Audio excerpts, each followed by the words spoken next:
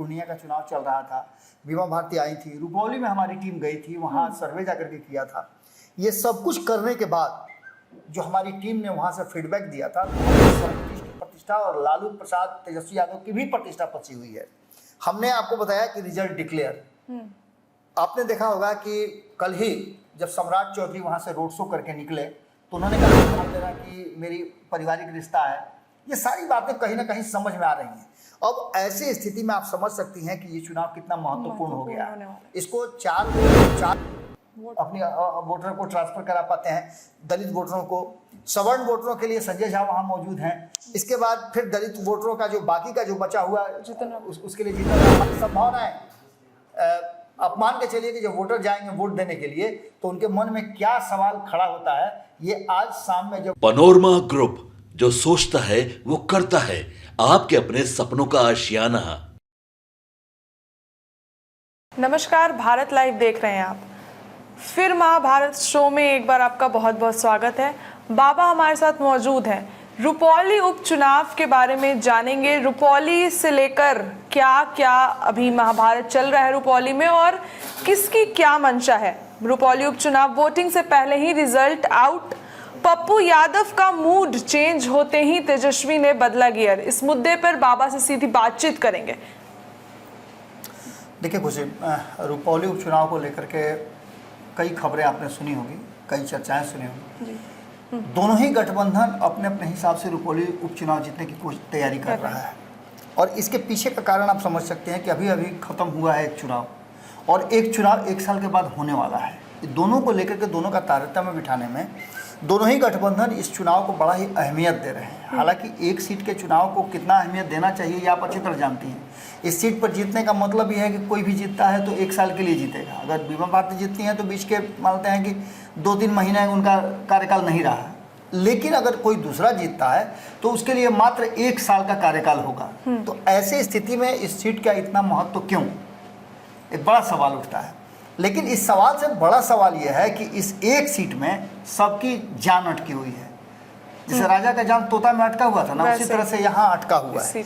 और इस अटकने को लेकर के चुनाव से पहले ही ये दावे होने शुरू हो चुके हैं कि मैं चुनाव जीत रहा हूँ, मैं चुनाव जीत रहा हूँ, ये जिता रहे हैं, वो जिता रहे हैं, ये सारी बातें हो रही हैं। लेकिन ग्राउंड पे अब जब जाइएगा तो आपको 2-3 बातें बहुत महत्वपूर्ण हैं जो हमने देखा था पहले भी।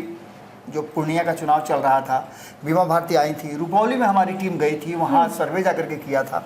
ये सब कुछ करने के बाद जो हमारी टीम ने वहाँ से फीडबैक दिया था, तो हमने सबसे पहले, चाहे जो कुछ कर रहा हो, जिसका भी विश्लेषण जो हो, लेकिन हमारी टीम ने, भारत लाइव ने सबसे पहले ये बात कह दिया था कि वहाँ से पप्पू यादव चुनाव जीत रहे हैं। इसके पीछे का कारण था कि हमने उन सारी परिस्थितियों को बिना बायस हुए, बिल्कुल एकदम निष्पक्ष होकर के हमारी टीम काम करती है।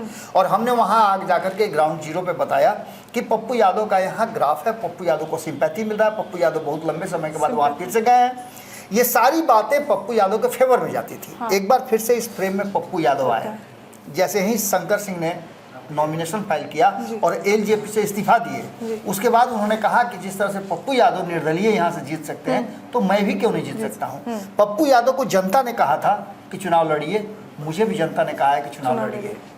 पिछले चुनाव में उनका रिकॉर्ड बहुत अच्छा था। इसके बाद कलाधर मंडल की बात कर लीजिए। कलाधर मंडल पिछला चुनाव लड़े थे निर्दलीय, अच्छा उन्होंने प्रदर्शन किया था।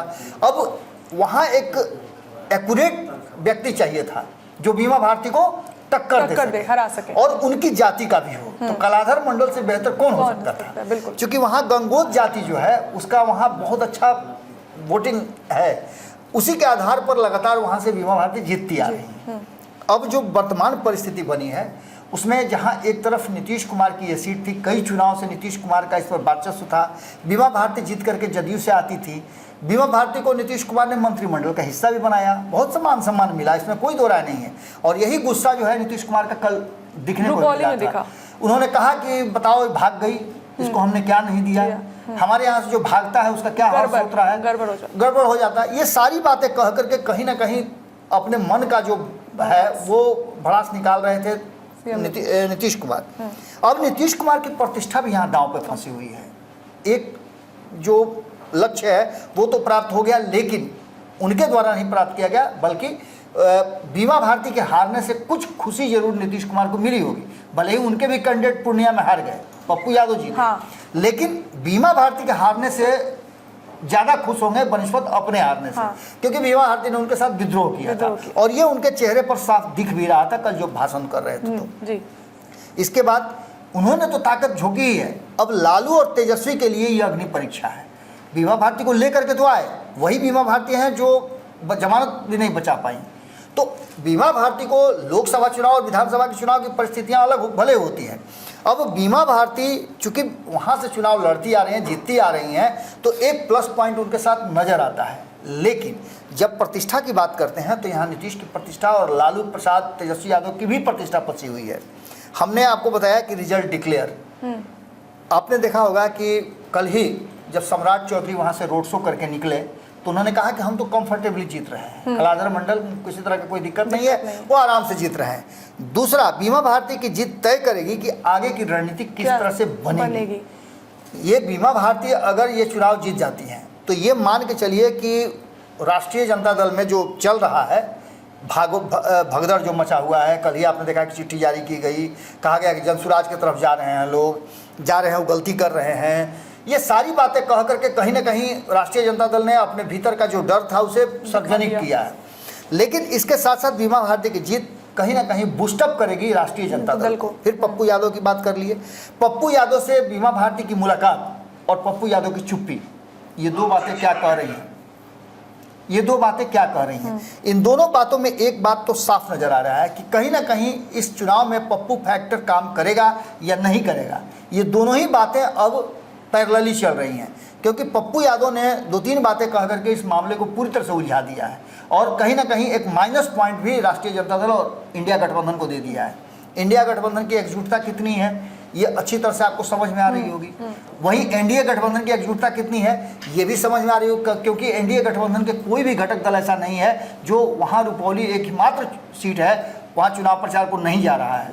सम्राट चौधरी आ गए, भारतीय जनता पार्टी का लगातार वहाँ कैंप है, नीतीश कुमार की पूरी मंत्रिमंडल जो उस क्षेत्र से जुड़ी हुई है सारा वहाँ कैंप किए हुए है। अब ऐसी स्थिति में पप्पू यादव ने ये कह करके भारतीय जनता पार्टी और राष्ट्रीय जनता दल को वहाँ लाके खड़ा कर दिया है कि भारतीय जनता पार्टी तो खुद खुल करके सपोर्ट कर रही है, लेकिन राष्ट्रीय जनता दल को इस बात का लेकर के नीतीश कुमार और लालू प्रसाद, माफ कीजिएगा, लालू प्रसाद और तेजस्वी यादव को कि ये सीट कांग्रेस को जानी चाहिए थी, ये कह करके उन्होंने कहीं ना कहीं ह्यूमिलिएट जरूर करने का कोशिश किया है।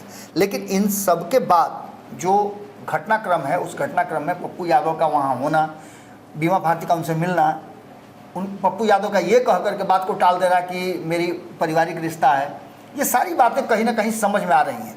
अब ऐसी स्थिति में आप समझ सकती हैं कि ये चुनाव कितना महत्वपूर्ण हो गया है। इसको 4 सीट जो और हैं जिसका चुनाव होना है, जो खाली हुए हैं लोकसभा जीतने के कारण, उन सीटों को लेकर के भी अब चर्चाएं शुरू हो गई हैं कि उसका क्या होगा।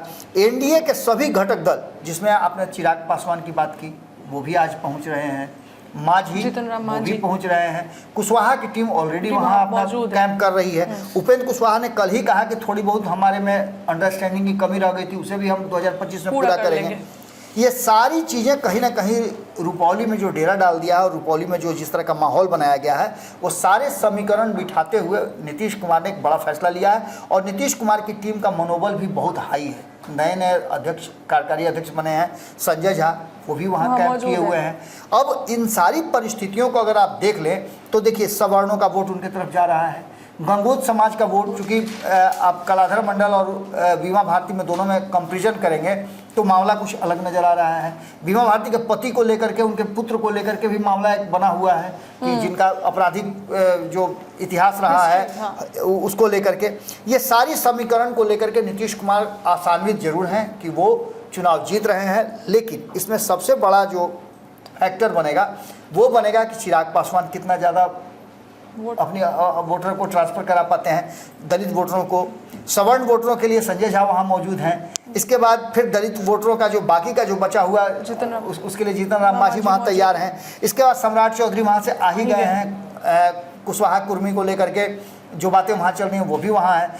सबसे बड़ा फैक्टर ये है कि यहाँ MOI समीकरण के साथ ये गंगोत समाज किधर जा रहा है। अगर MOI फैक्टर जो है तेजस्वी यादव ने पहले कहा था कि वह वहाँ नहीं जाएंगे, लेकिन अचानक जिस तरह से इंडिया, जिस तरह से एनडीए का उन्होंने देखा कि पूरी एनडीए वहाँ मौजूद है, तो उन्होंने देखा कि अंतिम समय में जाकर के अपनी प्रतिष्ठा बचाने की कोशिश की जाए। और निश्चित रूप से तेजस्वी यादव जाएंगे तो कुछ अंतर जरूर पड़ेगा। हालांकि पूर्णिया चुनाव में तो अंतर नहीं पड़ा। पूर्णिया चुनाव में उन्होंने एक भाषण में कि मुझे नहीं देना है तो उनको दे दीजिए, लेकिन पप्पू यादव को मत दीजिए, पप्पू यादव को फायदा कर गया। और खास करके शंकर सिंह जो वहाँ काफ़ी मजबूत है और लोगों में काफ़ी पॉपुलर है, उसको लेकर के भी एक फैक्टर काम कर रहा है कि कहीं भीतर ही भीतर, चूँकि मुखर नहीं है पप्पू यादव, भीतर ही भीतर अगर वो सपोर्ट कर देते हैं शंकर सिंह को, जैसा शंकर सिंह ने कहा भी था, तो यहाँ परिस्थितियाँ बदल सकती हैं और यहाँ चुनाव से पहले ही रिजल्ट आउट होने की पूरी संभावना है। और जिसकी संभावनाएं अपमान के चलिए कि जब वोटर जाएंगे वोट देने के लिए तो उनके मन में क्या सवाल खड़ा होता है, ये आज शाम में जब चुनाव प्रचार थमेगा उसके बाद से ये पता चल जाएगा। एक दिन और बचा हुआ है।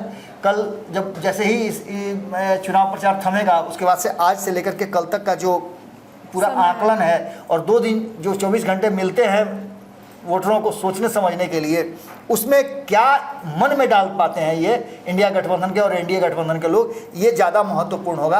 आज एक दिन पूर्व जब चुनाव प्रचार समाप्त होना है, चिराग पासवान का जाना, जीतन राम मांझी का जाना और तेजस्वी यादव का जाना, ये साबित करता है कि ये लड़ाई बहुत बड़ी हो गई है और दोनों ही खेमे यानी दोनों घटक दल, दोनों गठबंधन अपने अपने हिसाब से इसको प्रतिष्ठा का प्रश्न बनाए हुए हैं और प्रतिष्ठा दोनों की फंसी हुई है। जैसे ही चुनाव की प्रक्रिया शुरू होगी, 10 तारीख को सुबह से वोटिंग होगा, शाम होते होते तक ये पता चल जाएगा कि आखिर ऊँट किस करवट बैठा है।